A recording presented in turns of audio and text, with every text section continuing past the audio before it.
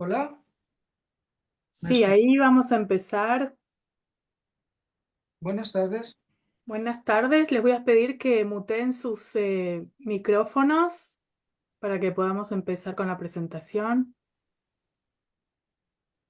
Estimada y entrañable audiencia, bienvenidos a Simanía Lecturas de Salón, una plataforma organizada por la Asociación de Estudios Judeo-Latinoamericanos, conocida como LAJSA, y a la cual les invito a afiliarse.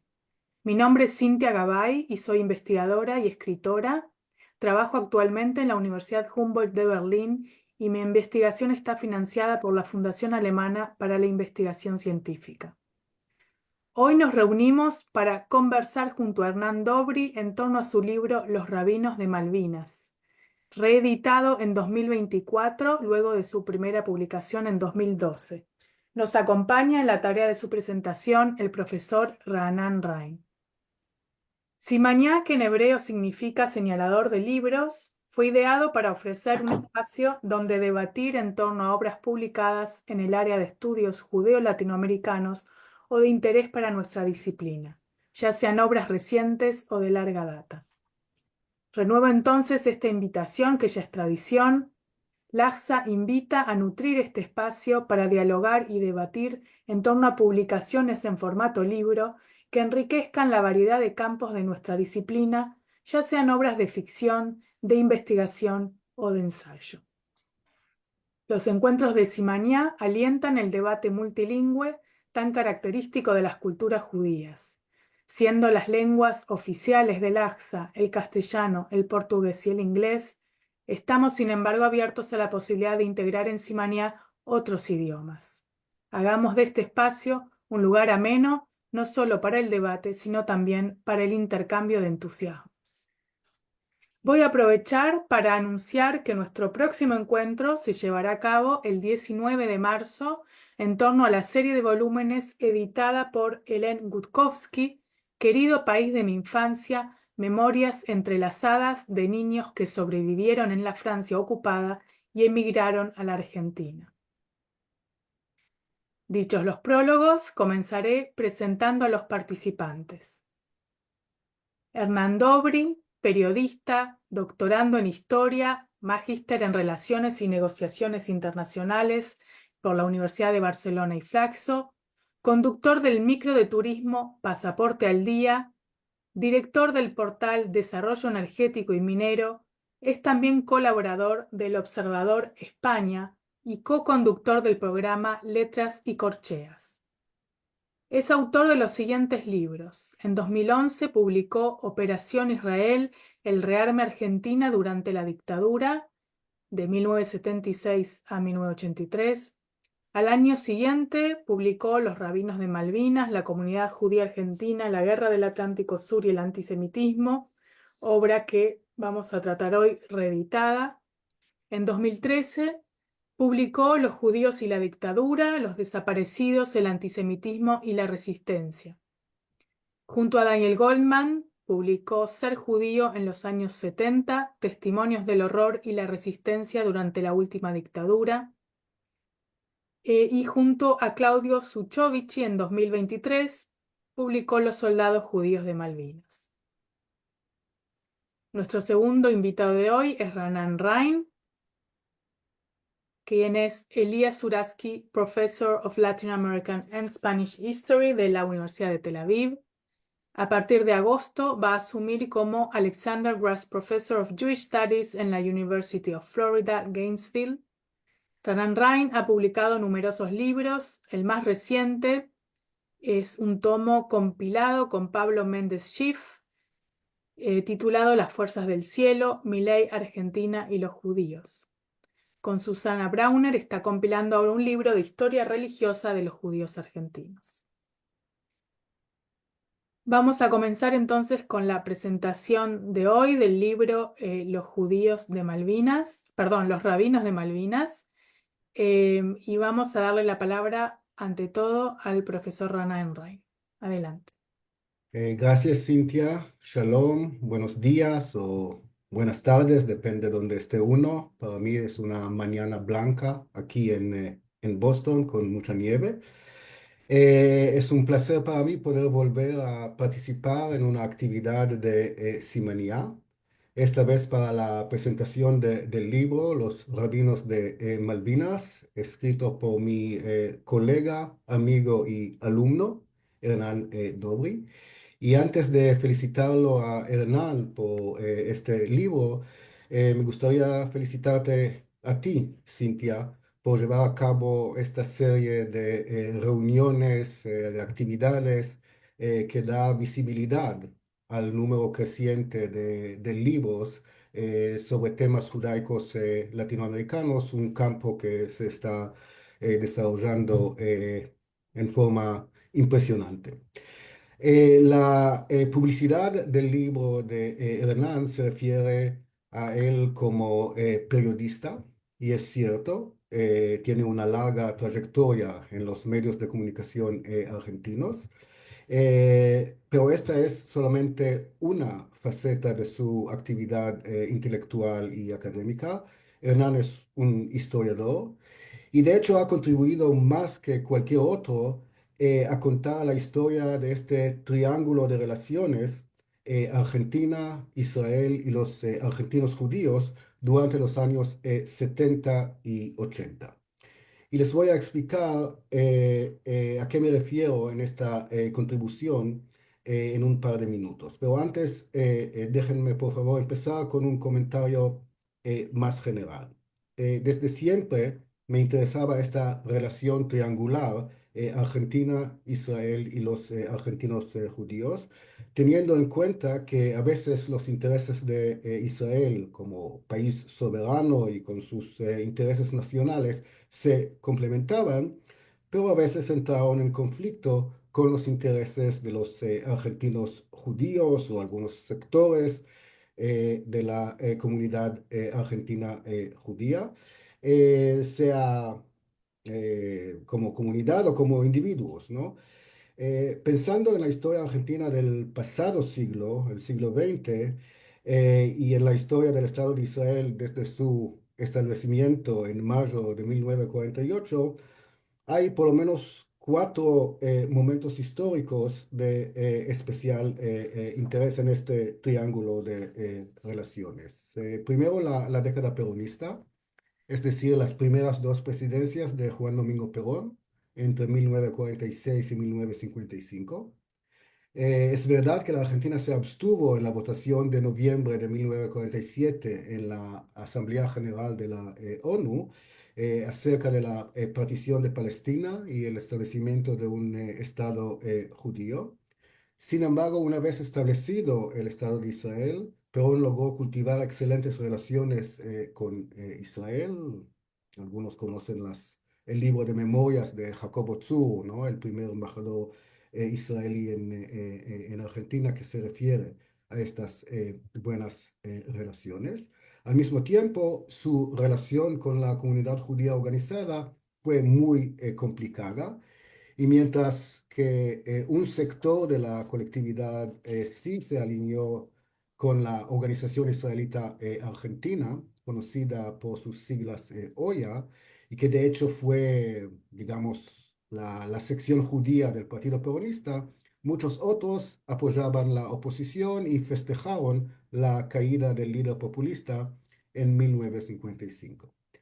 El segundo momento histórico de importancia para este triángulo de relaciones fue a principios de los años 60, con el secuestro del criminal de guerra nazi Adolf Eichmann en Buenos Aires en mayo de 1960 por agentes del Mossad israelí. A raíz de este secuestro y la ola de antisemitismo violento que lo siguió, muchos argentinos judíos eh, por lo menos empezaban a considerar la posibilidad de trasladarse a Israel o hacer aliyá, como quieran, por este ambiente de pánico a raíz de varios incidentes antisemitas. El tercer momento histórico en el marco de este triángulo de relaciones se registró durante los años de la brutal dictadura cívico-militar de los años 70, con un número desproporcionado de desaparecidos judíos y a la vez con relaciones muy buenas entre Argentina y el régimen militar y el Estado de Israel y los libros de Hernán Dobry que has mencionado, Cynthia, y que voy a volver a mencionar en un par de minutos, se refieren a estos aspectos. Y el último momento importante del siglo pasado, ¿no? Tiene que ver con la década de los 90 y los atentados a la embajada israelí y a la AMIA.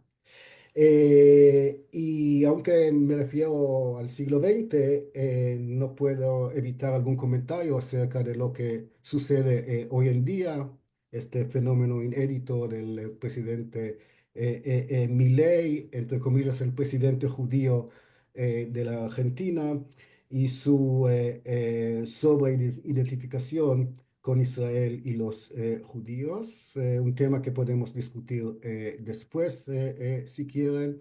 Y has mencionado, Cintia, el libro que compilé con Pablo Méndez Schiff sobre esta relación muy particular, digamos.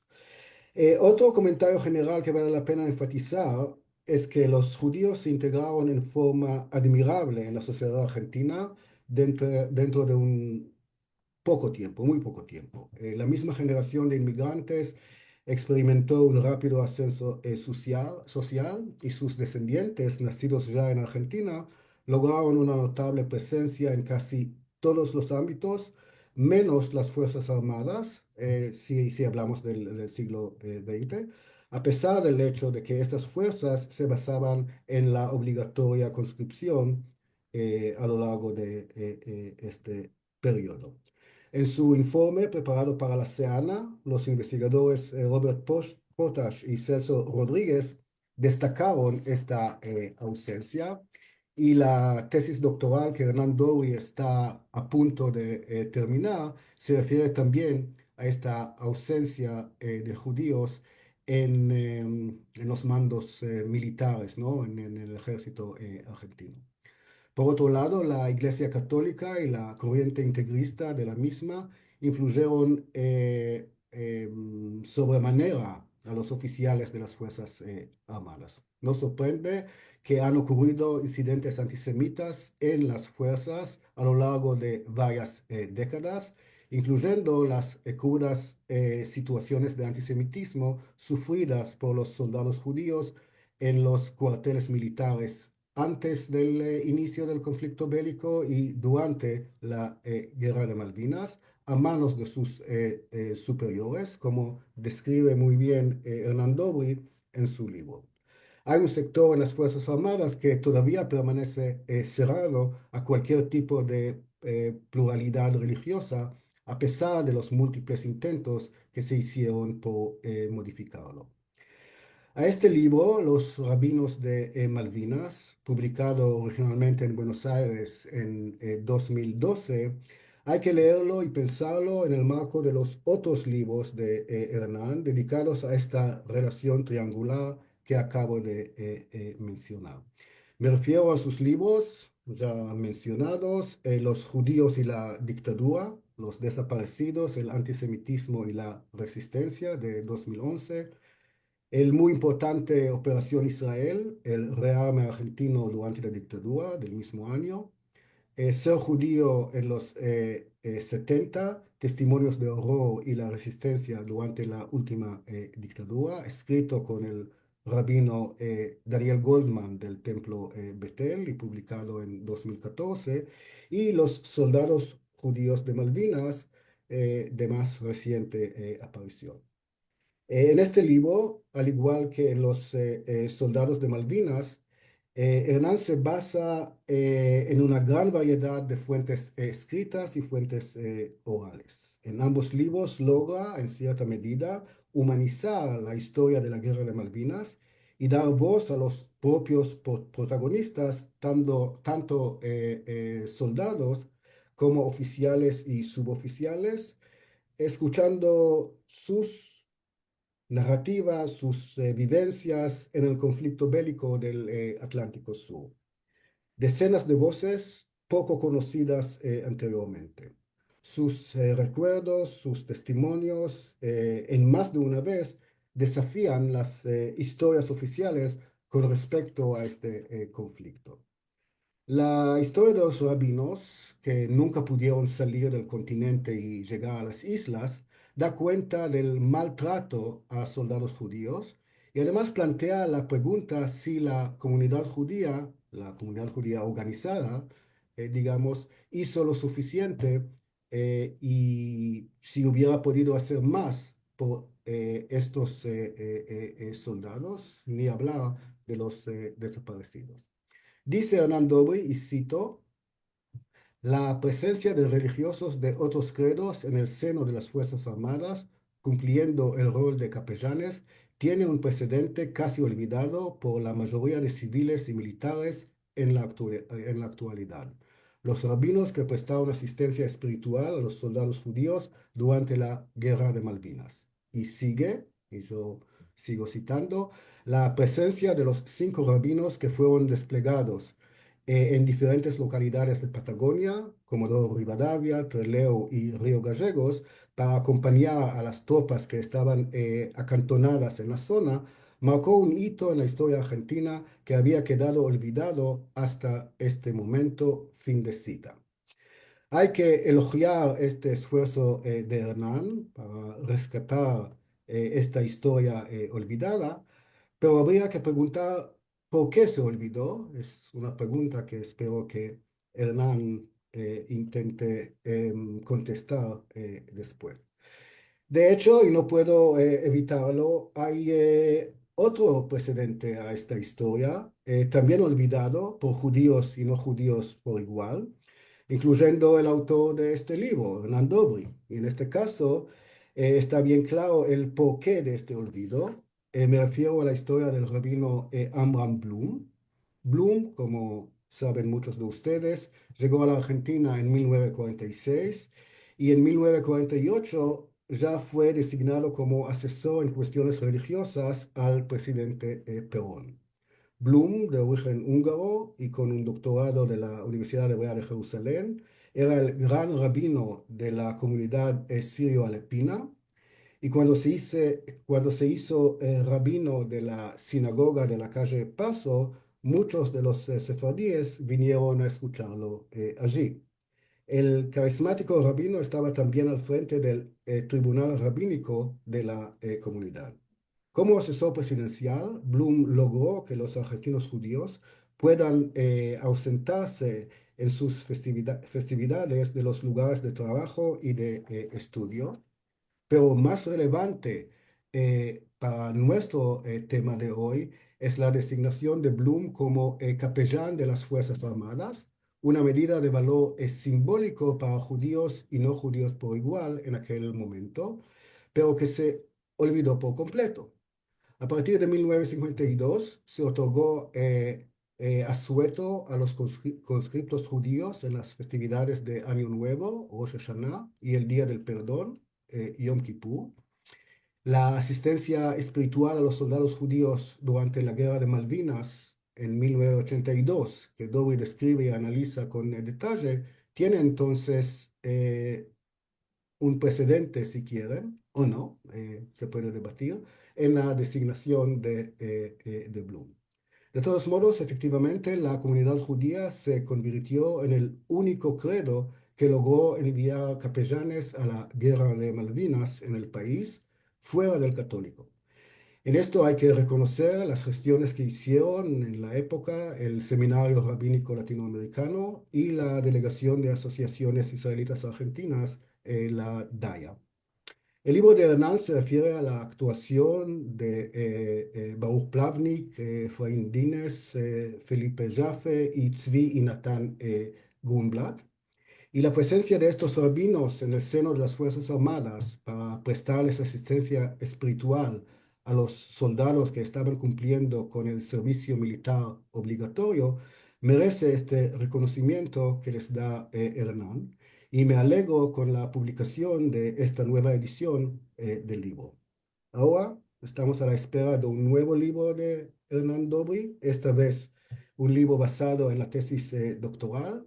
Ayer me dijo que estaba por terminar el penúltimo capítulo, así que adelante, Hernán. Bueno, muchísimas gracias, Cintia, muchísimas gracias, Ranán. Gracias a Laxa por darme la posibilidad de presentar ante todos ustedes esta nueva edición de Los Rabinos de Malvinas. Em, sí, efectivamente, ayer terminé el penúltimo capítulo de la tesis. Ahora empieza el proceso de descuartización de lo que escribí, pero prontito ya Ranán lo tendrás en tus manos. Y si Dios quiere, prontito se terminará también el libro y, bueno, la tesis primero y posiblemente luego se convierta en un nuevo libro. Em, el, hay un par de cuestiones tomando un poco la posta de lo que dijo Ranán, eh, y es en lo que se basa gran parte de mi trabajo y es el olvido. Si bien yo no hablo del olvido como concepto ni lingüístico, ni filosófico, ni psicológico o sociológico, como quieran analizarlo cada uno, lo atraviesa todo. Porque justamente, eh, salvo Operación Israel, que no fue el olvido, sino era un tema tabú, porque hablar de la venta de armas de Israel a Argentina en la época de la dictadura era un tema, y sigue siendo al día de hoy todavía un tema tabú. Eh, los demás libros, tanto Los Rabinos de Malvinas como Los Judíos y la Dictadura, especialmente Ser judío en los años 70, o Los Soldados Judíos de Malvinas, habla de eso, del olvido. Y no un olvido adrede, porque la realidad es que no, nada de esto se hizo adrede. O sea, no se olvidaron de los 5 rabinos porque querían borrarlos de la historia, etcétera, ni de los soldados judíos de Malvinas porque no querían considerarlo, porque les parecía X o Z o lo que fuera.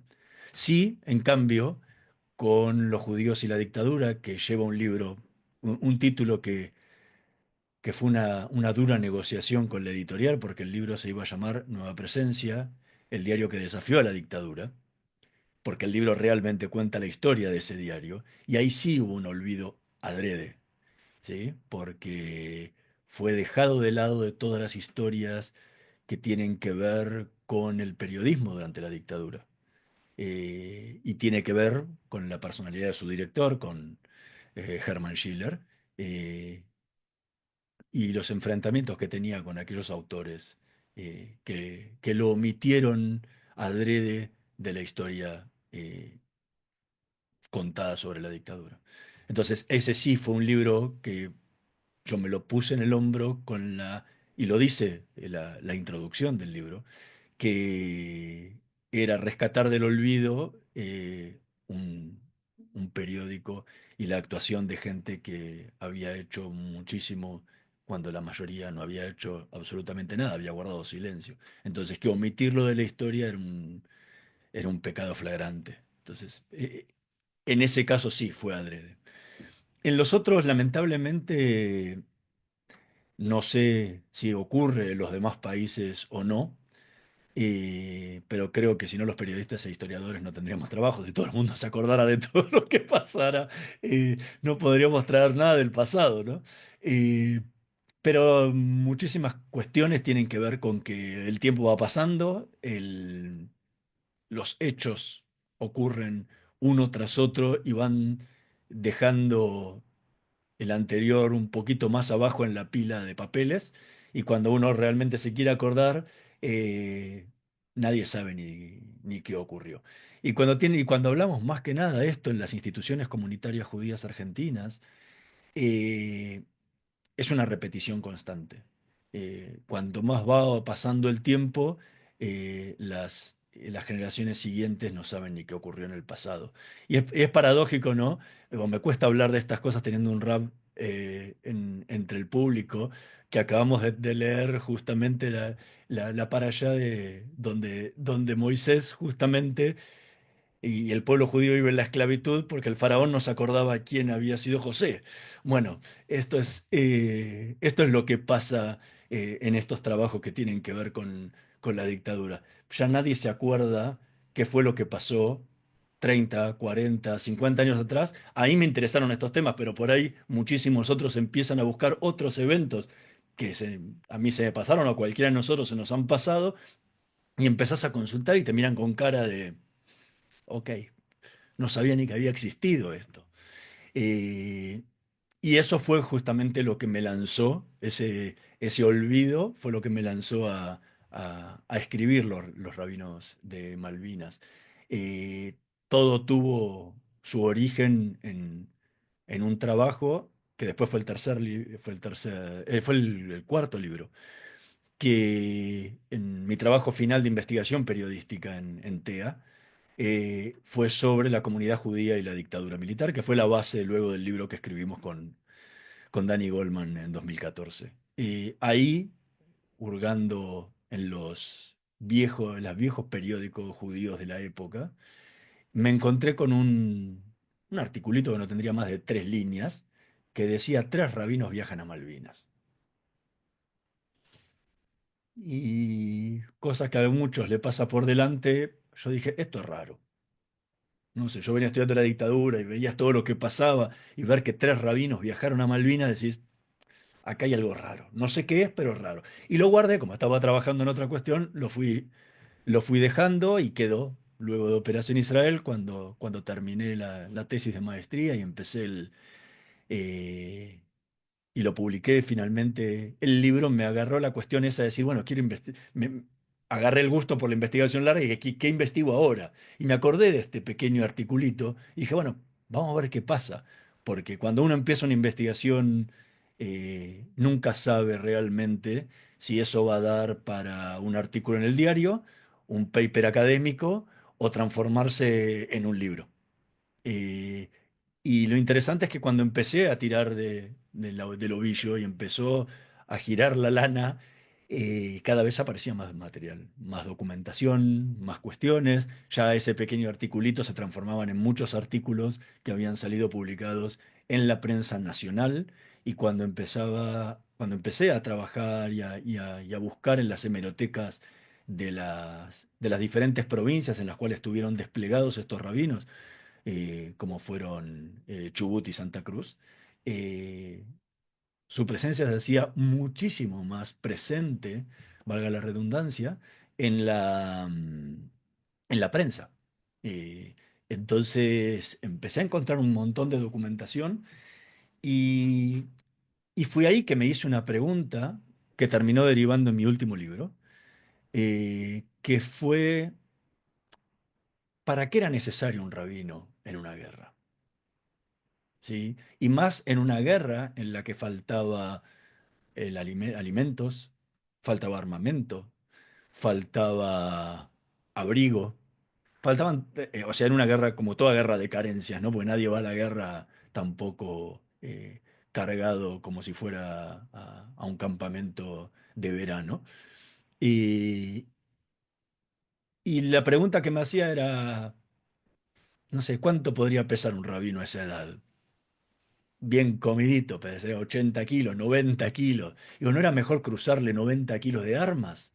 ¿O 90 kilos de abrigo? ¿O 90 kilos de comida a esos soldados que cruzarle un rabino? Digo, ¿en qué lo iba a ayudar?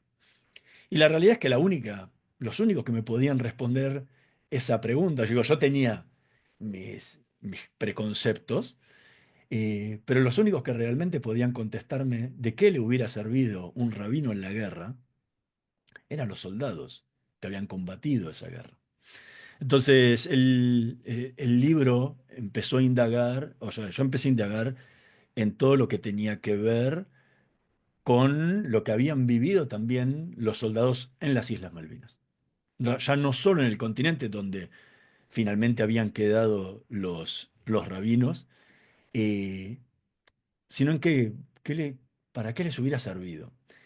Y ahí se disparó otra, otra corriente dentro del texto que yo originalmente no la tenía prevista como tal, eh, y que fue lo que padecieron los soldados judíos que combatieron la guerra. ¿Sí? O sea, el antisemitismo, el maltrato, la tortura de parte de sus propios oficiales y suboficiales. Quiero aclarar, y esto me gusta aclararlo siempre, que no fueron todos los oficiales y suboficiales los que maltrataron, torturaron o fueron antisemitas, fueron un grupo de ellos. Ni siquiera todos los soldados judíos que combatieron en la guerra de Malvinas sufrieron antisemitismo, pero los casos que se dieron fueron realmente de una crueldad única, que si bien el antisemitismo es imperdonable en cualquier ámbito de la vida, pensarlo solamente como que esto estaba ocurriendo en medio de una guerra y lo estaba realizando su propio oficial y suboficial cuando ese soldado tenía que servir para combatir, lo hace totalmente incomprensible. eh, si ya no es incomprensible siempre, esto lo potencia muchísimo, muchísimo más. Y entonces, digo, el trabajo empezó a surgir así. Obviamente eso fue un disparador que luego se completó con los soldados judíos de Malvinas, que salió en 2024, en 2023, y que tuve la posibilidad, aquí está Nathan Baigortin, y lo presentamos en Sucailá, en el Chaco, y en muchísimas otras provincias de Argentina, donde cada uno de los soldados contaba su propia historia y así sacar justamente del olvido lo que habían sido las vivencias de estos judíos que les había tocado combatir en la guerra. Eh, el, el tema de Bloom, que es el que mencionó Ranán hace un ratito, tiene que ver puntualmente o sea, la omisión fue adrede. No, no, no es una omisión, sino el no haberlo considerado como el primer capellán, porque la realidad es que fue un nombramiento sin efecto real. O sea, y sin efecto real quiero decir, nunca el rabino Blum prestó servicios en las Fuerzas Armadas Argentinas. Sí es importante e interesante lo que remarcaba Ranán, que sí su actividad generó lo que fue el permiso para los soldados judíos que estaban haciendo el servicio militar obligatorio en lo que respecta a poder ausentarse en los días de las altas fiestas, ¿sí? Y no tener que estar ahí. ¿Por qué digo? Me parece interesante remarcarlo, porque en los relatos de muchísimos de los soldados que forman parte de esta historia de los rabinos de Malvinas, tanto los que combatieron en la guerra como los que estuvieron desplegados en la Patagonia, en las diferentes localidades, siempre les pasaba lo mismo. A la hora de tener que ausentarse por ese permiso surgido en la época de Bloom, siempre tenían un problema antisemita. Siempre. Entonces, digo, justo venía a colación ese hilo que los une, que si bien se había conseguido ese derecho, que luego después se transformó en una ley nacional que eh, hace que hoy ningún judío argentino tenga la obligación de trabajar, ni de ir al colegio, ni de cumplir ninguna función en esos días y pueda ausentarse sin problema. Esto se originó, el primer lugar donde se origina esto es es en el ejército en la época de Bloom. El- lo que me pareció interesante remarcar con el libro, y es algo que Renan también hacía referencia, es el trabajo que se llevó a cabo para conseguir esto.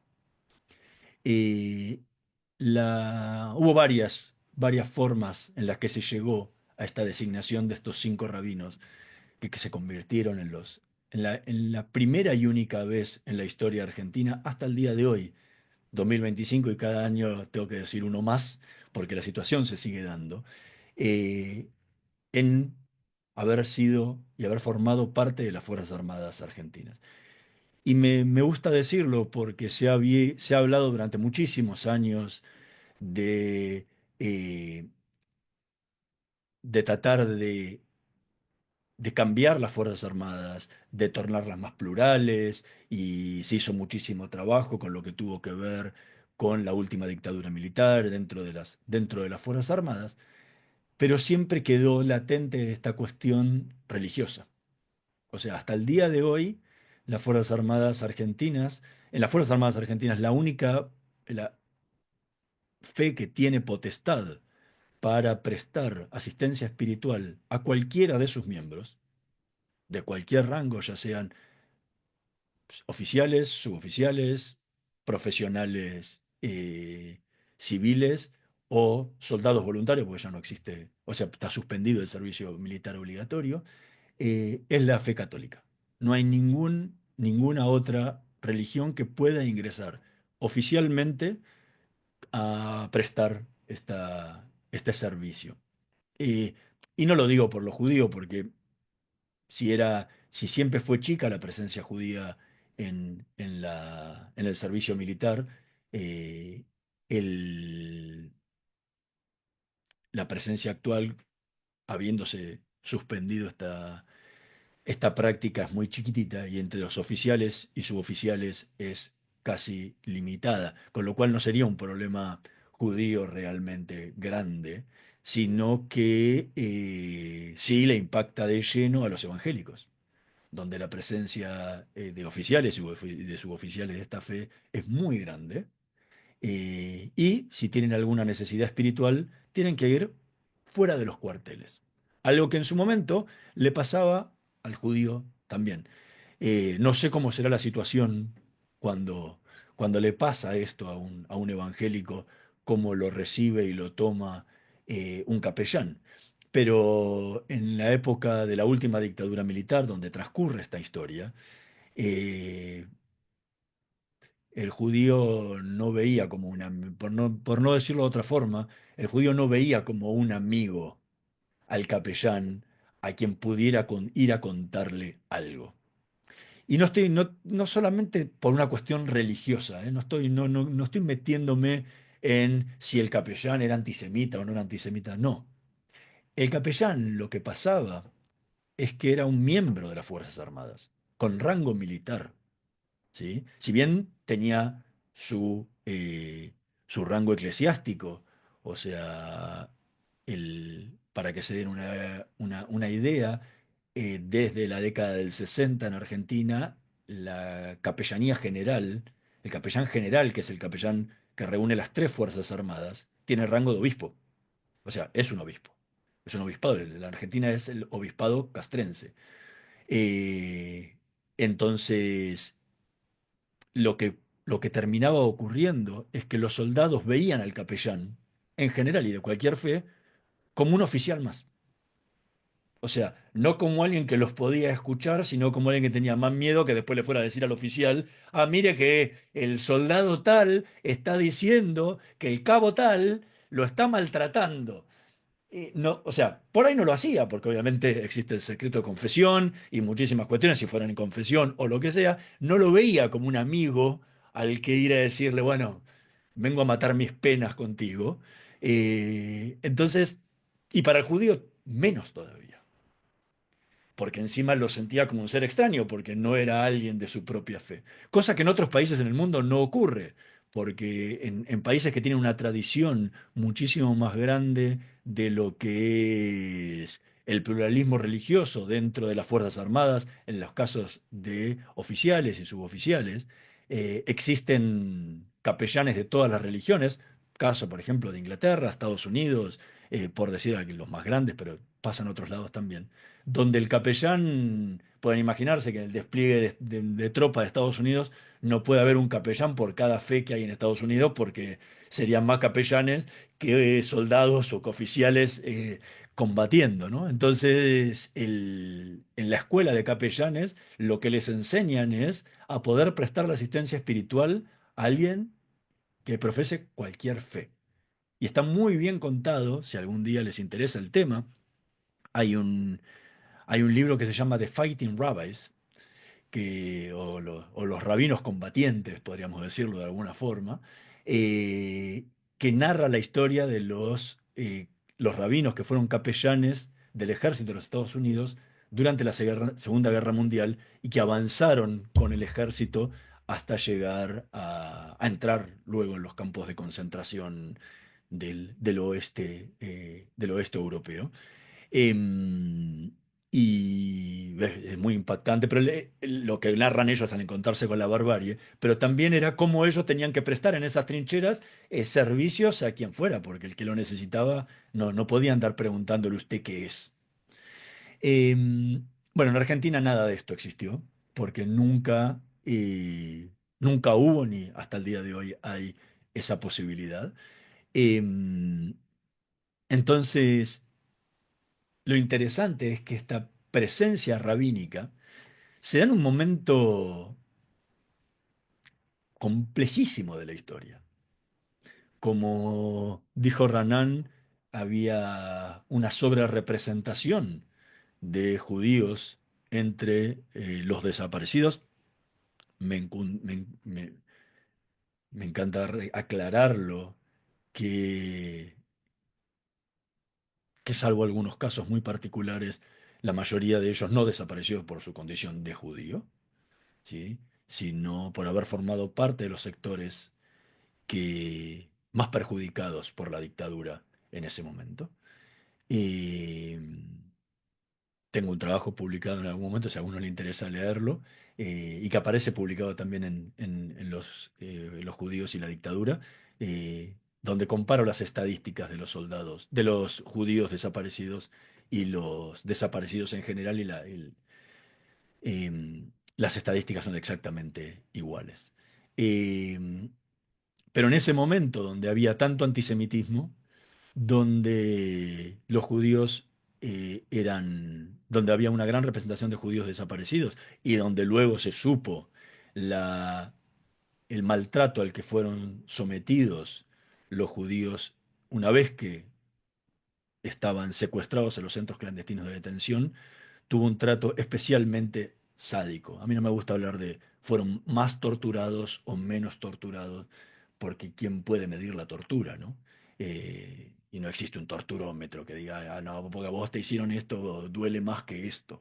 Eh, entonces, en ese ámbito, en ese momento que se estaba viviendo en el país, es donde por primera y única vez 5 rabinos son aceptados para formar parte de las Fuerzas Armadas. Bueno, ahí empezamos a tejer un montón de conjeturas, ¿no? ¿Por qué? ¿Sí? ¿Con qué se beneficiaba Argentina haciendo que estos 5 rabinos cumplieran este rol? ¿Y cómo es que llega la comunidad judía argentina a tener esta salvedad? Porque una vez enterados los evangélicos que esto había ocurrido, solicitaron lo mismo y le dijeron que no.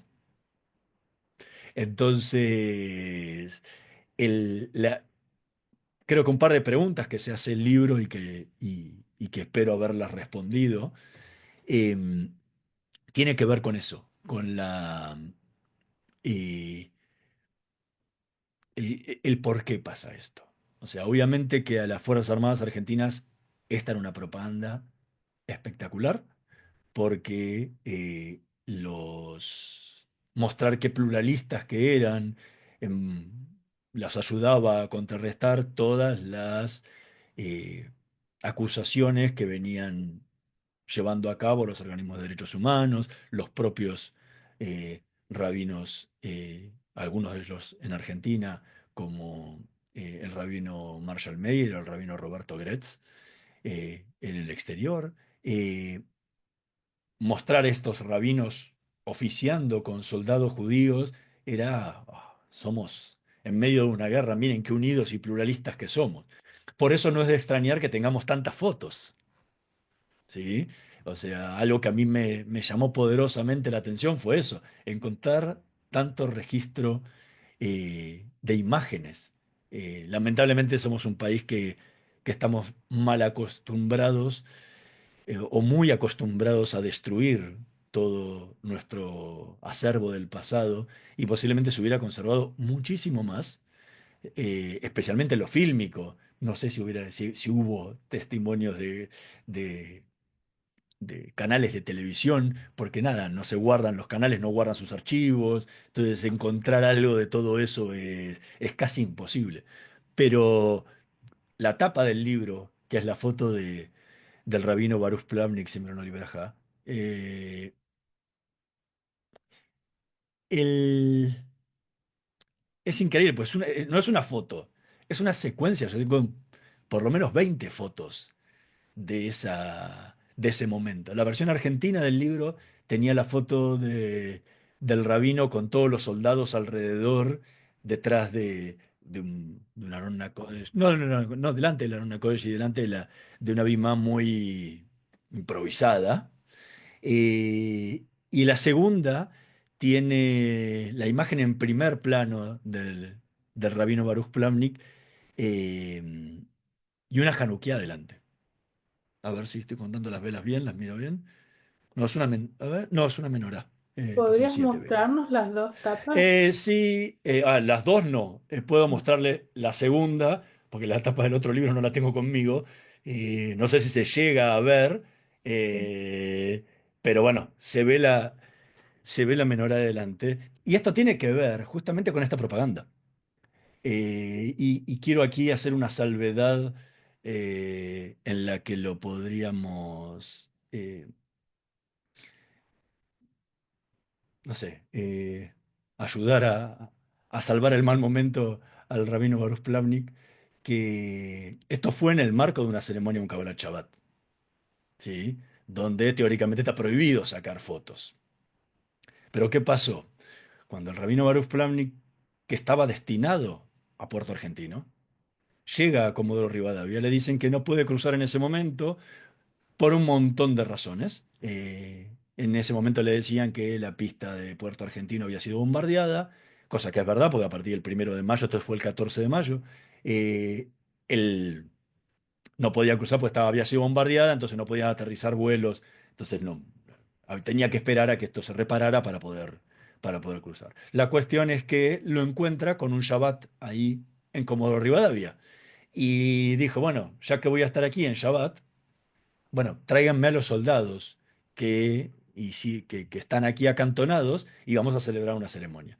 En Comodoro Rivadavia existe una microcomunidad judía que en su momento fue muchísimo más grande y tiene que ver con, para los que no son argentinos o no están desde Argentina, Comodoro Rivadavia fue la capital del petróleo de Argentina, con lo cual muchísima gente se movió a esa zona desolada de la Patagonia y entre ellos llegaron muchas compañías estadounidenses y todo, y así llegó la primer Torá y única Torá que hay ahí, por donación de una empresa, etcétera, etcétera, de judíos que estaban ahí. Y ellos tienen una pequeña casa que utilizan como salón de usos múltiples. En esta etapa del libro no se nota, pero en la etapa original se ve que está el Arón Nakodesh y al lado está el cuadro de San Martín, una aberración para cualquier sinagoga que haya una imagen de una persona dentro de la sinagoga. Pero bueno, era salón de usos múltiples, entonces ahí se encontraba y se hacía absolutamente de todo. Lo interesante es que estuve en 2018 por última vez en Comodoro y sigue tal cual como la foto del 82. No cambió nada. La comunidad está cerrada, ya muy poco se utiliza para muy pocas cosas. Eh, y todavía se conserva el mismo Aron Kodesh, solo que la Torah la guardan en la casa de uno de los miembros de la comunidad por miedo a que un día entre uno y se la robe.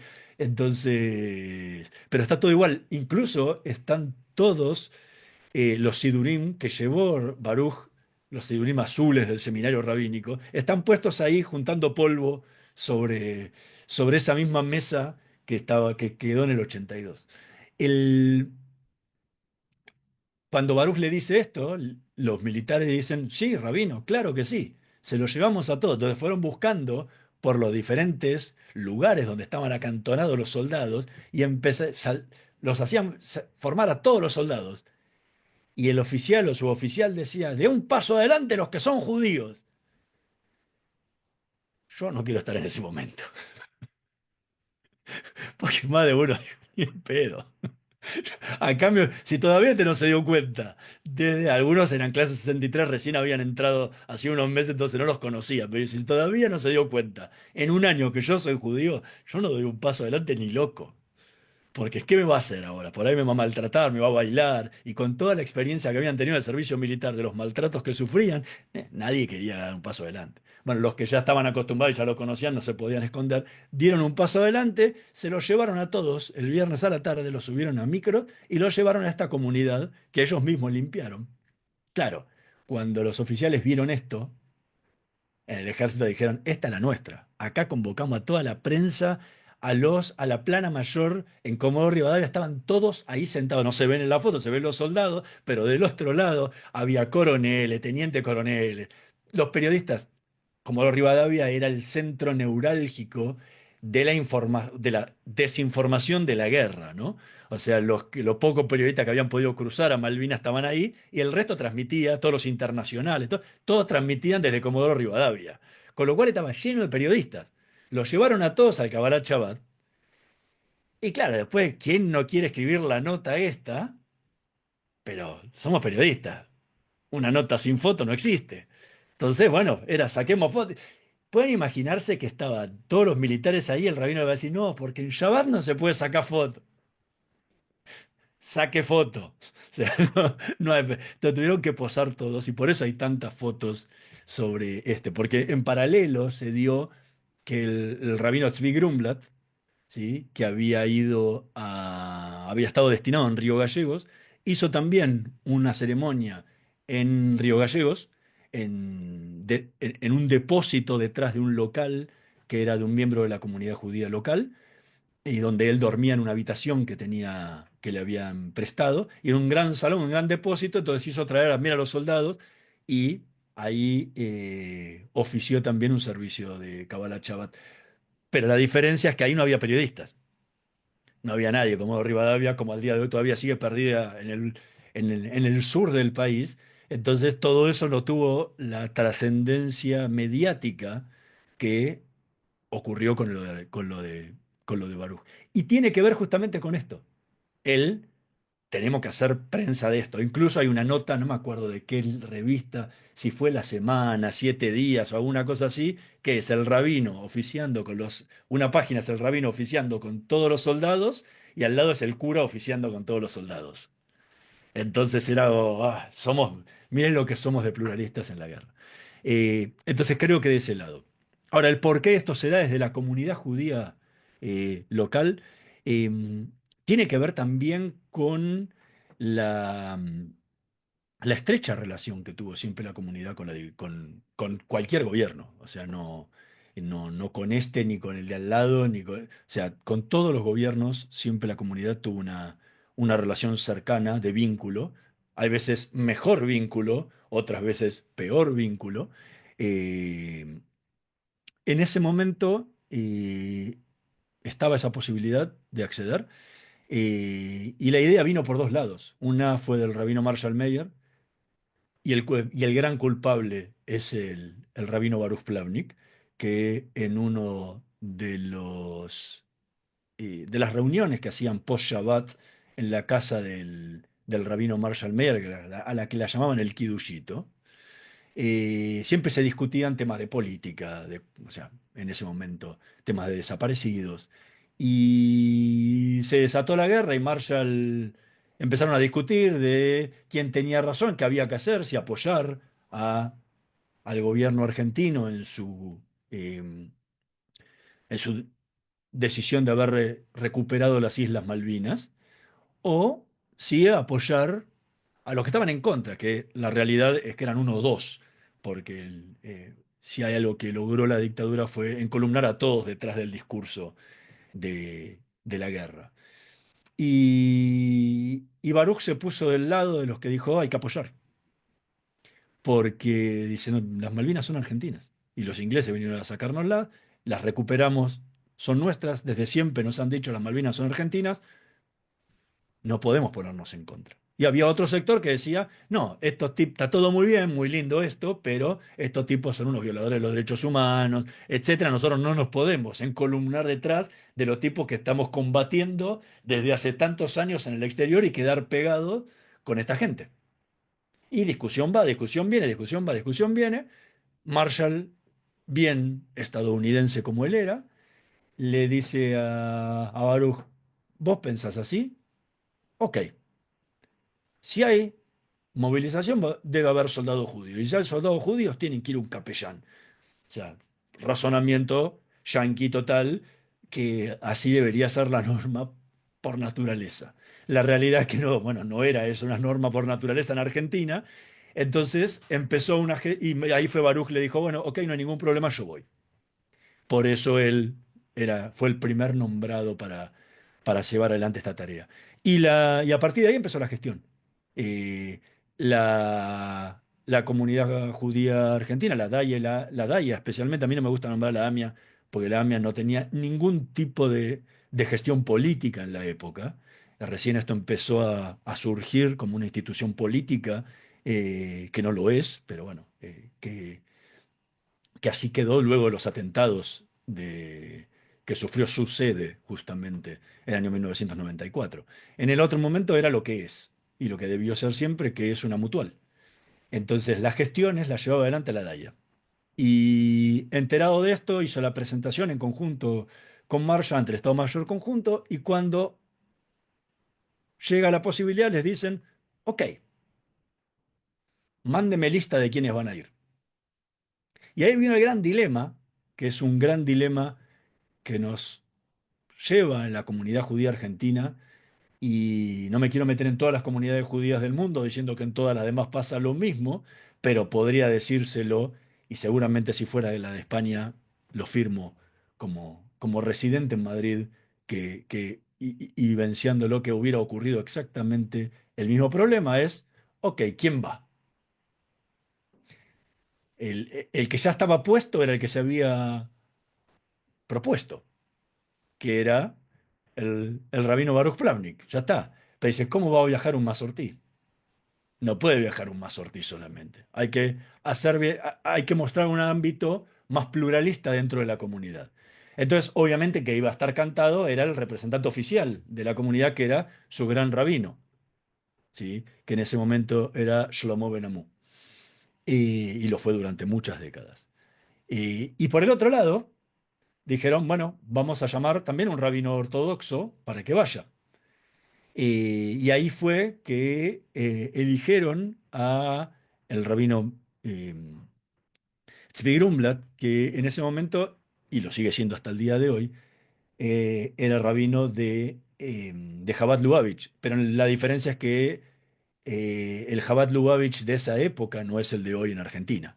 Era un pequeño grupito que apenas superaba el Minyan, y que de incipiente presencia en la Argentina, al punto que los dos rabinos de Chabad que van va a ser Baruch Plavnik y Natán, disculpe, Tzvi Grumblat y Natán Grumblat, o sea, los dos hermanos, porque tampoco había tanto rabino como para andar diciendo, va, no, no, va el otro. Eh, y fueron cinco la realidad, porque como todos sabrán, y el rabino acá lo podrá atestiguar también, si el rabino se va de su comunidad, no queda nadie. Y cuando uno va a la guerra no sabe cuándo vuelve. Entonces no podría, y no quiero aclarar el si vuelve. Eh, entonces, claro, ¿qué hacemos con el rabino? Se me va un mes y medio, hay bar mitzvah, hay casamientos, hay que oficiar. Entonces decidieron que los rabinos tuvieran 15 días cada uno y se fueran eh, reemplazando por postas. Por eso el viaje original lo hace el rabino Baruch Plamnik, lo hace el rabino Zvi Grumblat, y lo hace representando a la AMIA, porque estaba enfermo en su momento el rabino Benamú, lo hace el rabino Efraín Dines, eh, siempre se me le va el nombre de su comunidad en Flores, eh, y, y luego los reemplazan, a Grumblat y a Plamling los reemplaza el rabino Felipe Yaffe, que en ese momento era rabino en la comunidad de Córdoba, y el rabino Nathan Grumblat, como le dije, el hermano de Tzvi. Y pobre Dines no tuvo reemplazo y cuando volvía por unos días a Buenos Aires, tenía que volver nuevamente a Trelew, Rawson, donde quedó acantonado, se terminó la guerra. Eh, Todo esto que cuento es un esfuerzo inmenso. O sea, lograr algo así. No sé si ellos en ese momento tenían la claridad del momento histórico que estaban viviendo. Y no solamente por el momento histórico de la guerra, que ya era un momento histórico para la Argentina, porque era la única guerra que Argentina había tenido en el siglo XX, eh, y por suerte la única que tiene en el XX y en el XXI. Y por el otro lado estaba el momento judío histórico de lo que estaba pasando. Yo creo que le debe pasar muchas veces a quien está viviendo y es parte de un proceso histórico que no sé si tiene en cuenta realmente que está viviendo un proceso histórico o un momento histórico. No, no lo tengo muy en claro, no ha pasado nunca, pero no tengo muy en claro si cuando uno es protagonista de eso se da cuenta de lo que de la trascendencia que tiene ese momento. La cuestión es que, como todo, termina el 14 de junio de 1982, cuando se firma la rendición argentina en Puerto Argentino. Se desmoviliza a todos los soldados y oficiales y suboficiales que habían estado movilizados para la guerra. Y, y el tema es que, obviamente, los rabinos, cada uno a su comunidad de vuelta. Y ahí es donde empieza esta cuestión del olvido. El, Dentro de la propia DAIA se intentó avanzar con la posibilidad de instituir ya oficialmente la capellanía judía o capellanía rabínica, vaya a saber uno cómo le irían a llamar, eh, en las Fuerzas Armadas Argentinas. O sea que ya que aprovechando este momento dijimos, bueno, ya metimos el pie, vamos a meter el cuerpo entero. El problema es que, o sea, se empezó a avanzar, ¿eh? Se empezaron avanzando reuniones, etcétera. El inconveniente que hubo fue que, bueno, no es un inconveniente, creo que fue una gran cosa, lo mejor que le pudo haber pasado a Argentina, es que comenzó la transición política hacia el retorno de la democracia. Fue muy poco después de Malvinas. O sea, en octubre del 83 ya teníamos elecciones, a principio del 83 ya se habían restablecido los partidos políticos, con lo cual ya a mediados, fines del 82 era toda la vuelta de todas las negociaciones de volver hacia la democracia. Y ante ese panorama, nadie, una vez más, nadie quiso quedar pegado, y menos con estos que estaban en retirada. Entonces, decir, mirá, vamos a salir de vuelta a la tapa de los diarios de que la comunidad judía pone rabinos en el ejército argentino, cuando el ejército empezaban a cada vez más las denuncias de violaciones a los derechos humanos, etcétera, y nadie quería quedar pegado con esa gente. Nadie. Entonces como que le dijeron dentro de la comunidad, déjalo guardado ahí, esperemos a ver qué pasa, falta un año más. Si en el 83 la cosa, no sé, después que viene la democracia, viene la cosa mejor, la retomamos. Y como pasa con todo, vino comisión directiva nueva, después del 83 cambia la comisión que estaba en ese momento, y como nada de todo esto queda registro, porque tenemos una mala costumbre dentro de la comunidad de no dejar registro de nada, cuando uno quiere ver los libros de acta de las comunidades, llora. Porque dice, ¿qué hicieron durante las reuniones de comisión directiva toda la semana? Nada, dice tres cosas que son muy genéricas y no puedes sacar un solo dato como investigador. Bueno, ahí pasaba lo mismo. Nada quedó, no quedó documentación, no se guardó nada y nos devoró la vorágine de la coyuntura, ¿no? Después vino el juicio a la Junta, el retorno a la democracia, etcétera, etcétera, etcétera. ¿Y quién después iba a acordar de que 5 rabinos habían ido a Malvinas? Y por otro lado, quedó el otro punto importante, es que la sociedad argentina comenzó un proceso de desmalvinización que dura, no les voy a decir hasta el día de hoy, porque hoy es mucho más leve, pero hasta hace unas décadas por lo menos, eh, donde todo lo que hubiera tenido que ver con la guerra se había escondido bajo la alfombra. Porque hablar de la guerra era hablar de los militares. Y hablar de los militares era hablar de la dictadura. Y hablar de la dictadura era hablar de las violaciones a los derechos humanos. Entonces, nadie, ningún político quería reivindicar a un héroe de Malvinas, por más de que el tipo hubiera sido un héroe de combate de lo que fuera, no lo querían reivindicar porque al momento quedabas pegado reivindicando a un militar que estuvo en la dictadura. Y ni que hablar después, en las décadas últimas, con la asunción del kirchnerismo, donde encima se reabrieron todas las causas judiciales y por ahí a ese tipo que le estabas dando una medalla por valentía o por una medalla de honor por esto, descubría que el tipo había estado en un centro clandestino de detención, etcétera, con lo cual quedabas pegado vos como político dando una medalla a alguien que era acusado de violación de derechos humanos. Entonces, Malvinas quedó metido abajo de la alfombra. Y con eso la pagaron los soldados, porque los soldados también habían formado parte de esa guerra y no tenían nada que ver ni con la dictadura, ni con las violaciones a los derechos humanos, ni nada. Entonces todos quedaron olvidados debajo de la alfombra. Recién en la década del 90, cuando se les empieza a pagar la pensión a los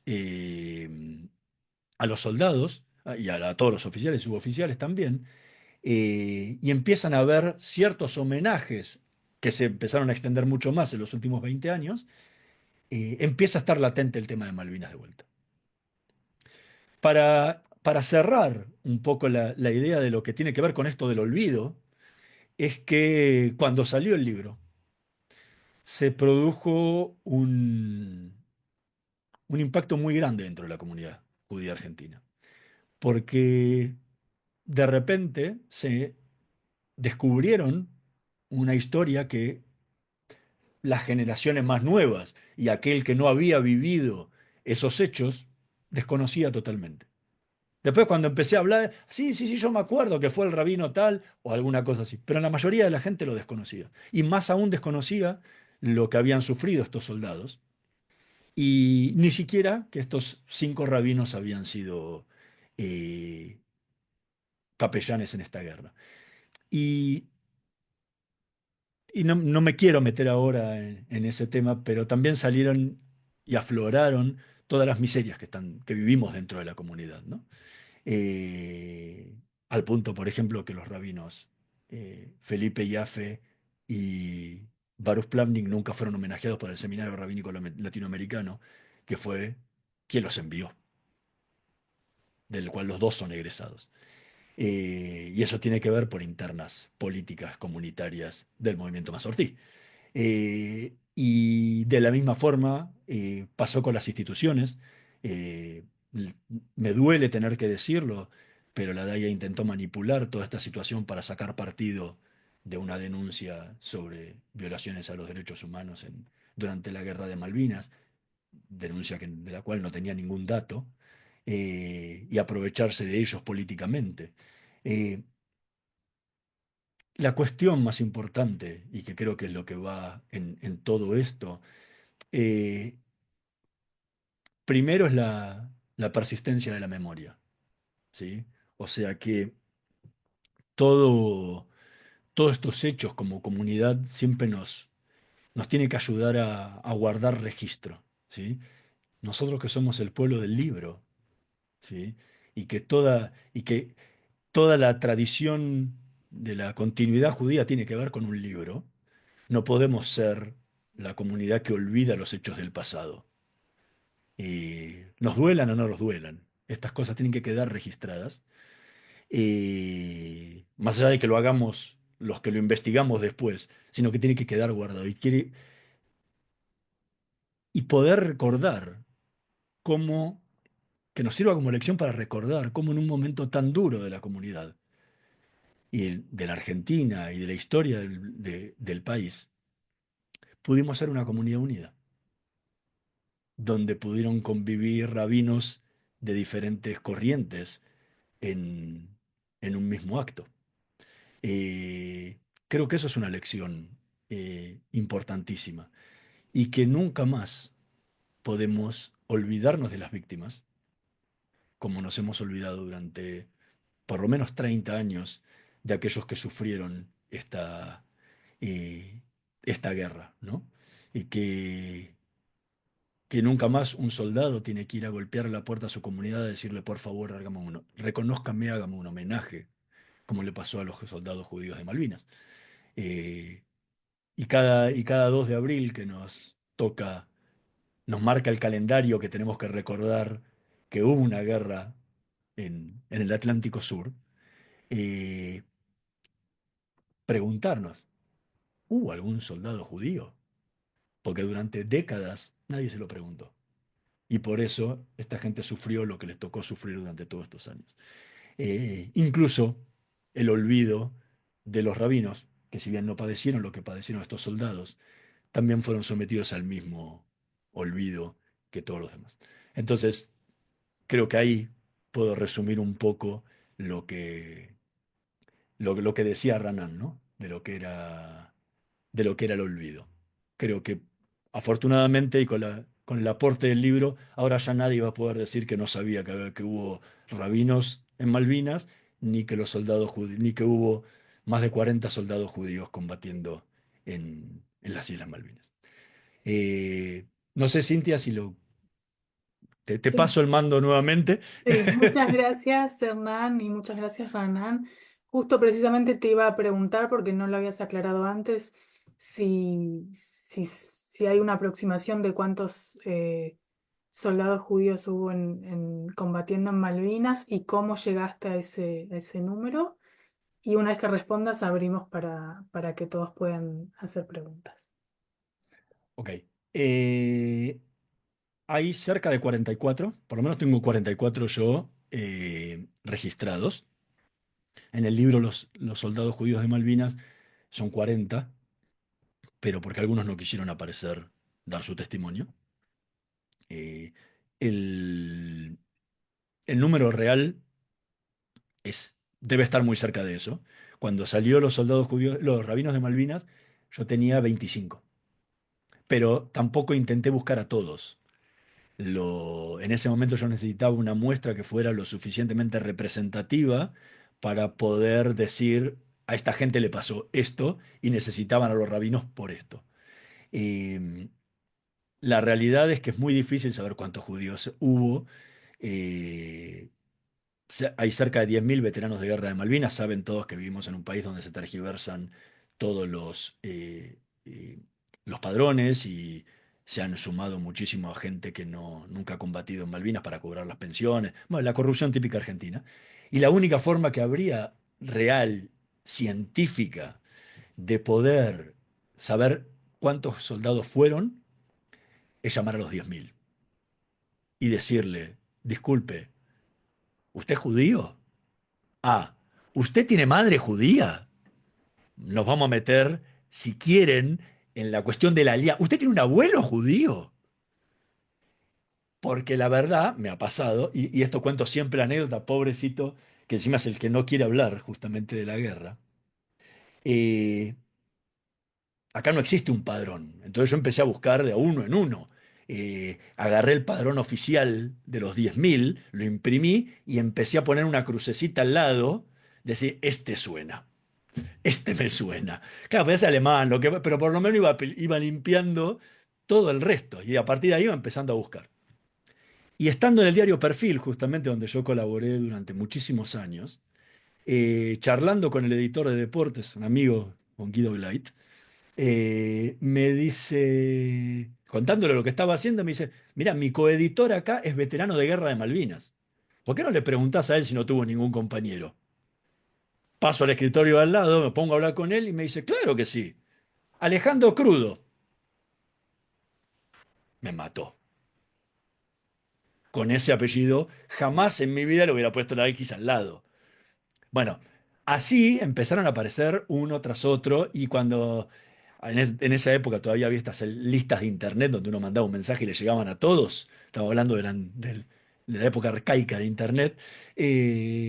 Cuando me voy al centro de veteranos de Malvinas que está en el regimiento de Patricios, me pongo a hablar con un coronel y le empiezo a pedir los teléfonos de toda esta gente de la que yo me había marcado para empezar a llamar uno por uno. No había celular, ni WhatsApp, ni todo eso. Se a llamar uno por teléfono, buscándoles la guía a alguno. Y cuando salgo de ahí, me dice, mira, acá hay unos muchachos del regimiento de Tablada. ¿Por qué no le preguntás a ellos? Dice, mira, el muchacho está buscando soldados judíos que hayan combatido en la guerra. Y le dice, claro que conozco a uno, el ruso Katz. Digo, quiero hablar con el ruso, le digo. Así. Y hablando con Silvio, que después fue la historia de tortura que sufrió ese muchacho, fueron impresionantes y que él la ha contado muchísimo en todo. Él me ha acompañado por el interior del país muchas veces a presentar el libro. Él, él puso en esta lista de internet y empezaron a soltar otros, yo soy judío, yo soy judío, yo soy judío. Entonces empecé a generar esta lista de uno con otro. Me decía, yo tengo tantos compañeros acá, y empecé a ir armándolo todo. Cuando salió el libro y con todos los homenajes, cuando, por ejemplo, la AMIA le hizo un homenaje en la sede de AMIA en Buenos Aires a los soldados y a los rabinos, aparecieron otros que se enteraron por los diarios que se iba a hacer esto. Cuando Hebraica los nombró socios honorarios de la institución en el 2018, aparecieron otros también. Entonces se fue armando el número. La realidad es que al no llamar a todos los demás, me podría estar comiendo muchos Alejandro crudo, y justo comer y crudo rima vale a la paradoja, y me podría estar comiendo un montón. Pasó, y esto se los cuento como una anécdota para cerrarte la pregunta, cuando sale el libro, al poquito tiempo, no me acuerdo cómo fue que llegó, le entregan, no, la solicitó él, se había dado una medalla por los 40 años de la guerra. El gobierno argentino le dio una medalla a los excombatientes. Y en la embajada de Argentina en Israel se presentó un suboficial eh, de origen judío a pedir su medalla, porque le correspondía. Los que vivían en el extranjero se las entregaban las embajadas. Ahora no tengo el nombre acá, no, me agarró de imprevisto. Se llama Fernández de apellido, de madre judía. Hizo aliá, vive en Israel. Es imposible encontrar a todos si uno no agarra los 10.000 y empieza a llamar a cada una de sus familias, porque estaríamos dejando al margen a todos estos casos. Si me lo preguntas, el margen de error ya no puede ser tan grande, porque después de todas las cosas que se hicieron, o no quiere aparecer, o ya no hay muchos más. Eso es lo que yo creo. Si me decís, en esa época, cuando me hacían entrevistas, cuando salió el libro, yo decía que había 25 y serían más o menos 40. Bueno, ahora hay 40, te podré decir que podrá haber 50 con toda la furia, si se escapó alguno más de la lista, pero no, yo no creo que haya muchos más que lo que ya está hoy en día. Ojalá que aparezcan más y me dé la posibilidad de compilarlos y sacar Los Soldados Judíos de Malvinas 2, Ujú. el tomo 2, o ampliar el actual, ¿no? Pero no tengo muchas esperanzas. Ok, muchas gracias. Bueno, tenemos unos minutos para preguntas, si quieren, o Ranán también, si quieres hacer un otro comentario. Florinda, empieza vos. Bueno, algo que tiene mucho que ver con esto último que estuviste contando, Hernán. En 1980, un comentario, después tengo una pregunta. En 1983 Ujú, apareció en Buenos Aires una novela que se ha vuelto emblemática del tema Malvinas, que fue Los Pichiciegos de Rodolfo Fogville. ujú, Los Pichiciegos es el relato de un grupo de desertores dentro de las islas que se refugian en una cueva a esperar que aclare, o sea, a esperar que se termine la guerra para poder salir afuera. Son muchachos que representan distintas zonas del país, distintos sectores sociales, todos unidos simplemente por esa voluntad de no morir de un balazo. Uno de ellos es judío y te habría causado problemas encontrarlo porque se llama Acevedo. Ujú. Así que probablemente sefaradí. No tengo idea por qué Fogville eligió ese nombre para su judío, pero por empezar, el que en ese grupo, no me acuerdo ahora cuántos son en total, pero no son muchos, serán unos, qué sé yo, 15, 20, haya un judío, él haya decidido que tiene que haber un judío, indica que necesitaba ese representante de una realidad que existía también fuera de la cueva donde estaban ocultos los pichiciegos. Lo segundo interesante, y eso ya va más a lo literario, pero creo que es interesante, es cuál es el rol de Acevedo dentro del grupo. Él es el que cuenta cuentos, el que los entretiene a todos en las larguísimas noches en las cuevas de Malvinas, que no podemos imaginar lo que son, contando historias. Así que creo que este es un dato de interés, ¿verdad? Respecto de todo esto. Eh, Me estaba preguntando, pero supongo que quizás la pregunta es, eh, no sé, quizás inútil. Eh, ¿Podría haber algún caso, claro, como vos decís, no se registran, en que algún soldado argentino en Malvinas haya intentado, por ejemplo, pedir comida kasher? Porque Eh, entre los... podría haber alguno de una casa religiosa, ¿verdad? sí, Por último, una pregunta, Ranán, pero por una respuesta sintética, porque el tema puede ser grande. Rabino Blum, capellán del ejército argentino. ¿Hay alguna actividad que realice con conscriptos judíos? ¿Pasa algo además de tener el título? ¿Hace algo? Eso es todo. Gracias y debo decir que la historia, todo lo que se dijo acá me resultó fascinante, ¿eh? Felicitaciones, Hernán. Roland. El comentario tuyo, Florinda, acerca de la novela de Fogwill es fantástica. No me acordaba, la verdad es que la leí hace mucho y no me Yo acordaba de... también, pero me quedó, Sí, ¿sabes por qué me quedó en la cabeza? Porque me pregunté así a mí misma si el origen del nombre Acevedo podía tener que ver con Borges, porque la madre, Leonora Acevedo, es También la que pensé. despertaba sus sospechas que podía tener antecedentes, o Judíos. sea, conversos, etcétera. O sea, por eso se me quedó el dato sí, grabado, sí, ¿viste? sí. Pero Ok. muy linda anécdota, sí, muy relevante. Eh, no, en el caso de Bloom sabemos muy poco. Tiene que ver con este intento de borrar de la memoria el apoyo de distintos individuos y grupos judíos al peronismo. Él tenía que salir del país, la comunidad lo destituyó de todos sus cargos. Así que sabemos muy poco y al vivir en los Estados Unidos, él no quería hablar mucho de sus experiencias en Argentina. Supongo que no, un cargo con un valor simbólico, pero no estaba involucrado en actividad alguna en este sentido. Ok, gracias. El- Te sumo un dato más, Florinda. Otro libro de la misma época, ya ahora no me acuerdo cuándo salió publicado cada uno, pero creo que este fue anterior todavía al de Fogwill, eh, es Los chicos de la guerra, Ujú. y uno de ellos es judío. Nunca logré saber quién era.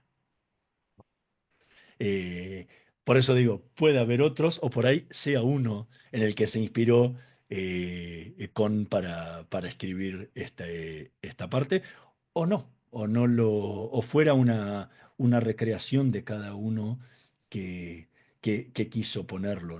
O sea, la verdad no lo tengo muy en claro.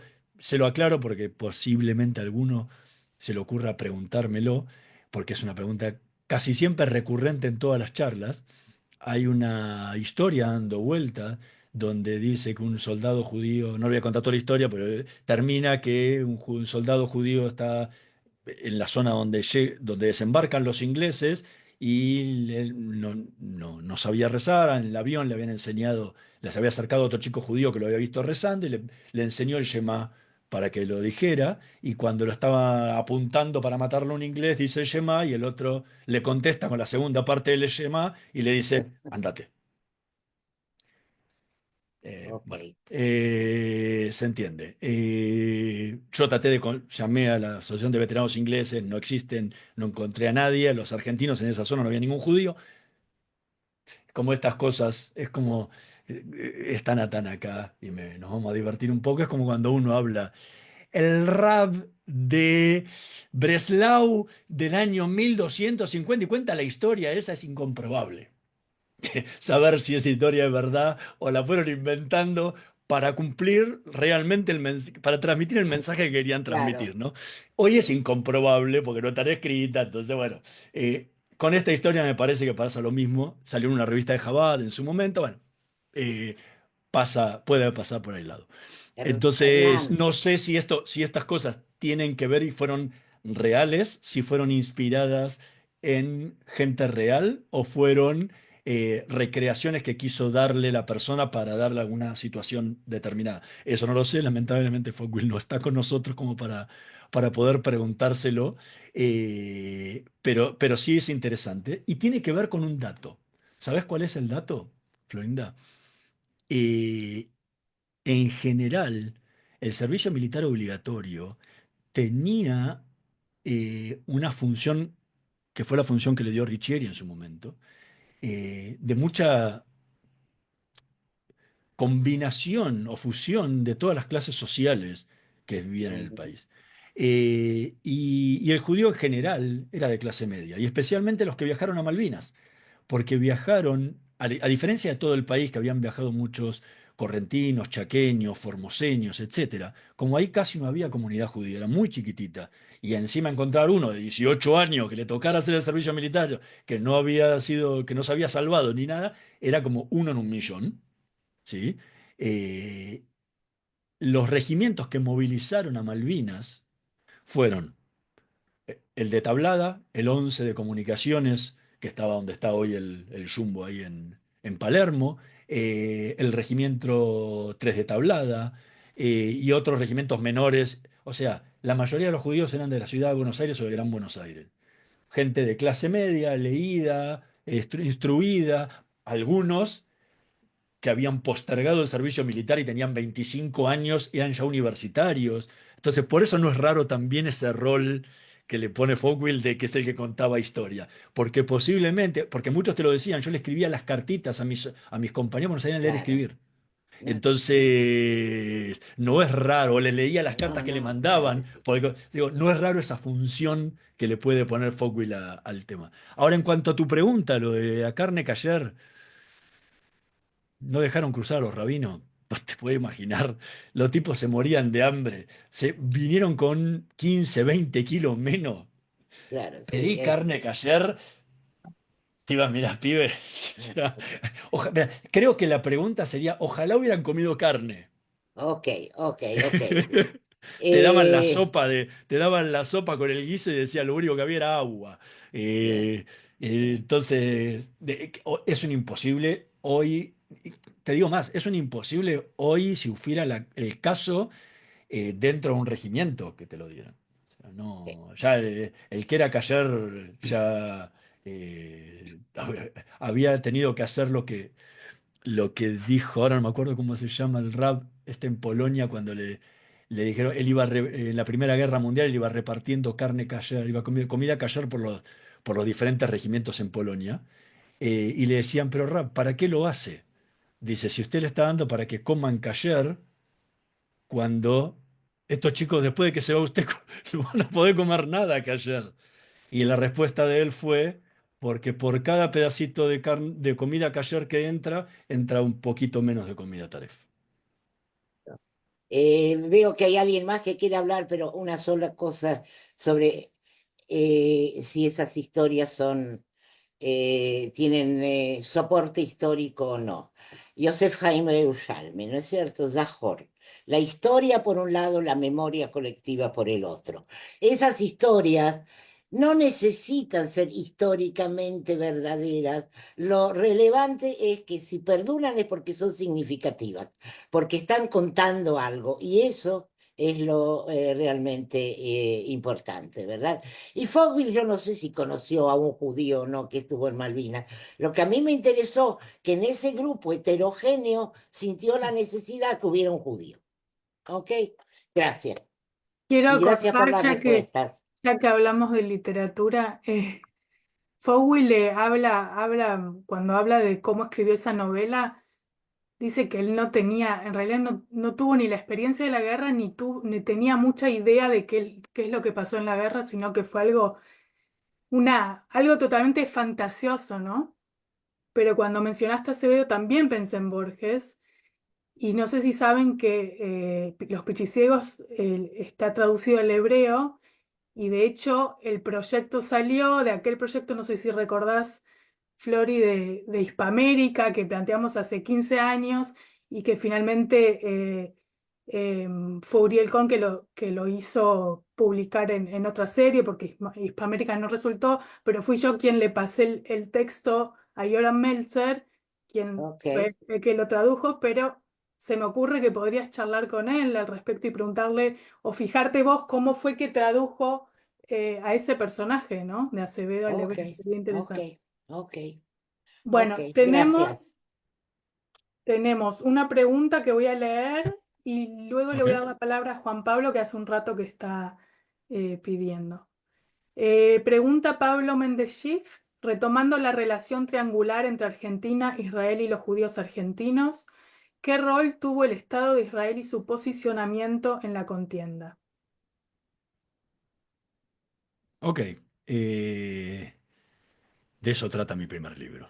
Y que va a ser reeditado ahora en marzo. Así que va a salir ampliado. Ese sí va a salir ampliado y con modificaciones, porque hay bastante más material del que salió publicado en 2011.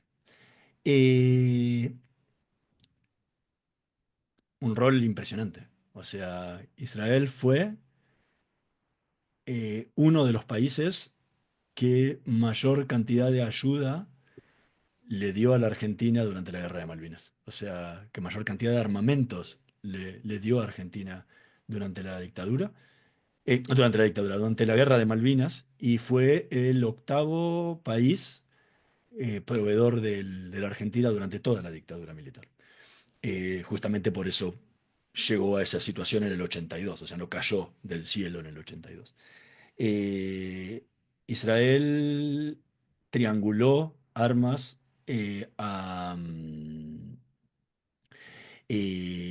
hacia Argentina a través de Perú, en su gran mayoría a través de Perú, de todo tipo de equipamientos. Incluso uno que fue el más importante de todos fueron los tanques de reabastecimiento de combustible que se utilizaban en los aviones, que son como unos cigarros que se ponen abajo de los aviones, lo van a ver siempre cuando están volando, especialmente si ven ahora los que van a bombardear Yemen, que son los que le permiten a los cazabombarderos tener muchísima más autonomía de vuelo porque tienen combustible. Eso hizo que Argentina tenía tanque de 1.300 litros e Israel le vendió los de 1.700 litros, con lo cual la flota inglesa tuvo que irse más lejos de Malvinas porque si no los hundían a todos, lo que le generó un problema logístico a los ingleses importantísimo. Bueno, todo eso se hizo durante la guerra. Incluso hubo dos israelíes en Malvinas instalando equipos de cifrado para evitar que interfirieran las comunicaciones argentinas los ingleses, porque tenían todos sus equipos pinchados por la CIA. Incluso uno de ellos estuvo hasta una semana antes de la rendición, y no lo podían sacar de ahí. El tipo se quería quedar en la guerra, había instalado los equipos y se quería quedar. lo sacaron de los pelos al final, a último momento, porque si no hubiera sido un problema inmenso internacional si los ingleses tomaban como prisionero a un israelí ahí. Eh, pero digo, la ayuda israelí fue muy grande, muy, muy, muy grande. Incluso hay varios casos de oficiales israelíes que se ofrecieron a volar los aviones para combatir en la guerra contra los ingleses. No nos olvidemos que todo esto de la venta de armas a Israel viene de una autorización que da el por entonces primer ministro Menachem Begin, que cuando los vendedores de armas le van a plantear y decirle y explicar, se sientan en una reunión con él y le dicen, porque los ingleses son estos, son imperialistas, no, que las Malvinas son argentinas porque los ingleses las ocupan, vamos a hablar en criollo y le dijo, no me van a venir a decir a mí la mierda que son los ingleses. Yo los combatí, yo los saqué. De aquí dice, ¿estas armas van a servir para matar ingleses? Bueno, Kadima. Dice, me lo hacen todo cayer, pero adelante, esto es por dos Brunos. Dice, es vengándolo a él. Eh, Así que a partir de ahí muchos, muchos israelíes tenían esa misma sensación. Nos olvidemos, estamos hablando de la década del 70, el Estado tenía muy poca edad y había mucha gente que había vivido todavía el mandato británico, sino sus padres, y combatir a los ingleses para ellos era una cuestión de orgullo también. Así que nada, desde muchos lados el tema de la ayuda israelí fue muy grande. No influyó o influyó en la llegada de los rabinos. Y bueno, al momento del señor jefe del Estado Mayor Conjunto de tener que decidir si manda a los rabinos o no los manda, cuando vos estabas recibiendo un flujo de armamentos del lado israelí por todos lados, ¿le vas a decir a los judíos que no pueden tener un rabino cuando los otros te están ayudando a ver si te corta encima la ayuda de los pocos que te ayudaban?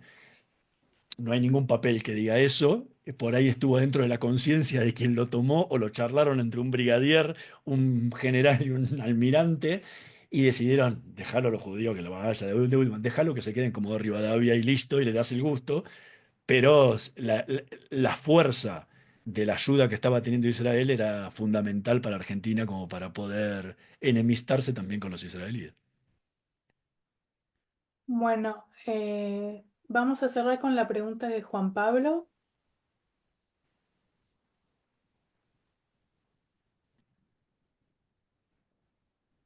Desmutealo que estás Ahí, ahí.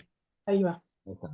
No, una parte era lo de Fowell, que creo que está aclarado, pero siempre se dijo que lo había escrito a finales de junio, o sea, tan pronto terminó la guerra, se encerró, lo escribió muy rápido y con algunas ayudas especiales. Eh, Fue una ficción pura, supuestamente. Pero ya está aclarado el valor. El otro tema, que estadísticamente yo creo por la población argentina, la población judía en Argentina, muchos más combatientes en esa relación estadística, no creo que diera el número. Y lo otro que no me queda claro, no recuerdo, era si había muerto alguno de los soldados judíos ahí, que vos supieras. Eh, Te respondo de la misma forma que... la respuesta es muy similar a la respuesta que di con lo del número. Muy En la difícil realidad, el número es cero. ¿Sí? en lo comprobable, digamos, En lo comprobable. comprobado y más ahora, ¿no? Porque después de todas las cuestiones de exhumación de cadáveres que se hicieron y toda la Ah, sí, cuestión, si ninguna familia saltó a decir yo sí. soy judío o quiero que mi hijo lo entierre en un cementerio judío o lo que fuera, ni en la época lo pidieron, Sí, sí. ni hoy lo pidieron, ni nadie lo dijo.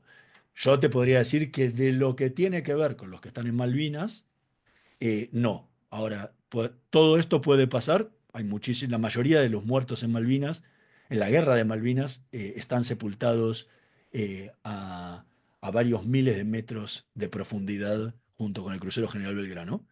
Eh, el- la realidad es que tendríamos que hacer ese mismo trabajo más acotado porque la cantidad de muertos es mucho menor, y poder llamar a uno por uno y preguntarle si es judío, o tiene una familia judía, o tenía un abuelo, son lo mismo, para decir si hay algún muerto judío. Hasta ahora, vuelvo lo mismo, después de todos estos años, que ninguno haya dicho nada y todo, esta pregunta me la hacen muchísimo en las charlas, yo creo que no.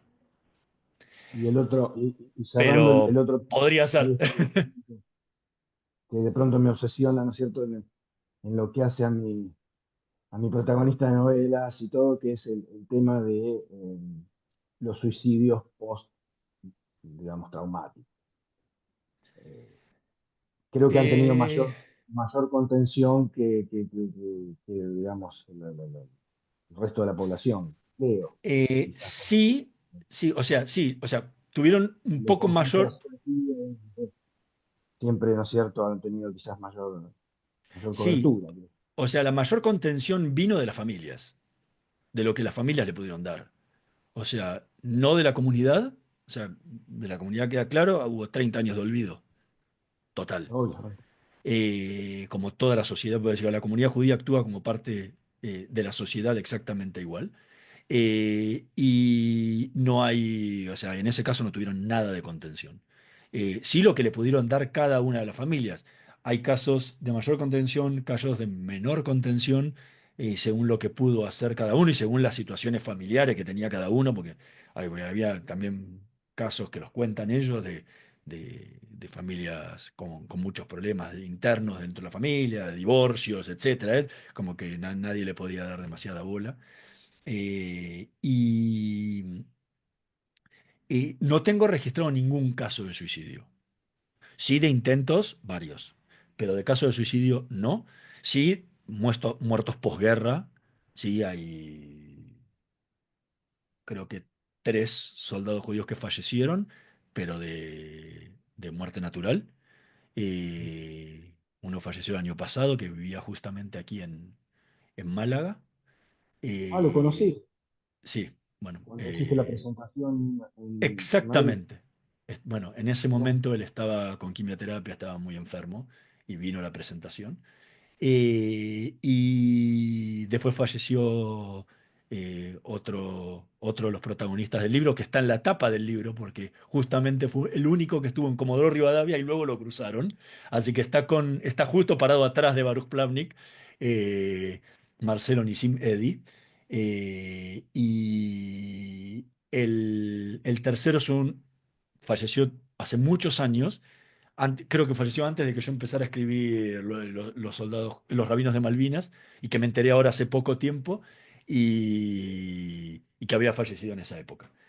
Pero en general no, vuelvo, no tengo casos de suicidios de soldados judíos, pero como tampoco tengo los casos de todos los soldados judíos, quizá el día de mañana si decidiera hacer, digo, esto es un trabajo que yo se lo ofrecía hacer a la AMIA y a la DAIA, que ellos tenían un equipo como para poder peinar una base de datos de 10.000 personas, que para mí, imagínense, si tengo que llamar yo a 10.000 personas, puede estar años. Ellos podían poner y hacerlo y de esa forma constatar fehacientemente cuántos había. Obviamente no se hizo.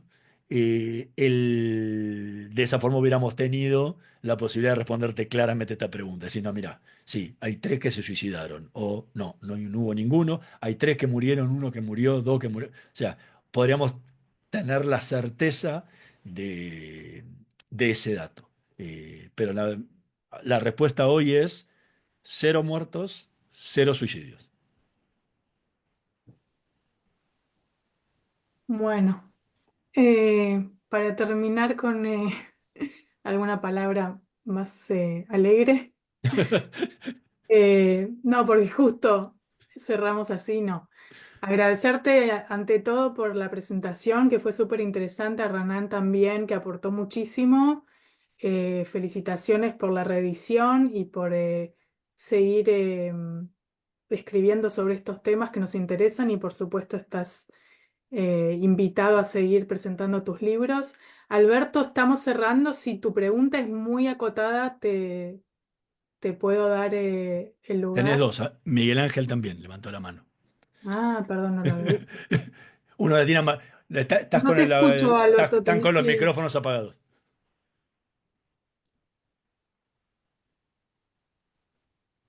Estás con el micrófono muteado.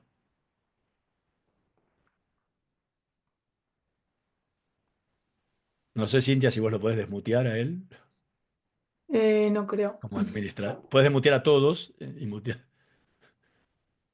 Ahí va. Ahí está. Ahí va, sí. Ay, te No, no muteaste te de escucho, No, te volviste a silenciar. desmutealos a todos de última, no pasa. Bueno, Ahí está. Ahora volví. sí. Volví como Perón, volvió. Hernán, te felicito por tu presentación, excelente. Hay algo que me quedó un poco eh, picando la pelota.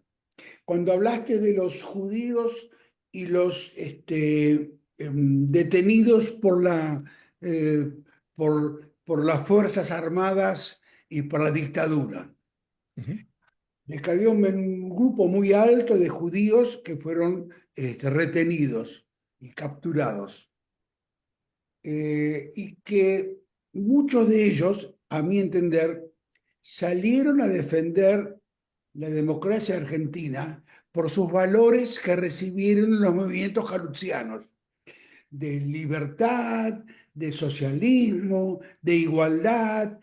¿Cómo ves todo eso? Porque no lo había escuchado bien, porque muchos judíos estuvieron, fueron muertos y asesinados por por esa maldad o ese grupo de gente que estuvieron dirigiendo y manejando el mandato militar.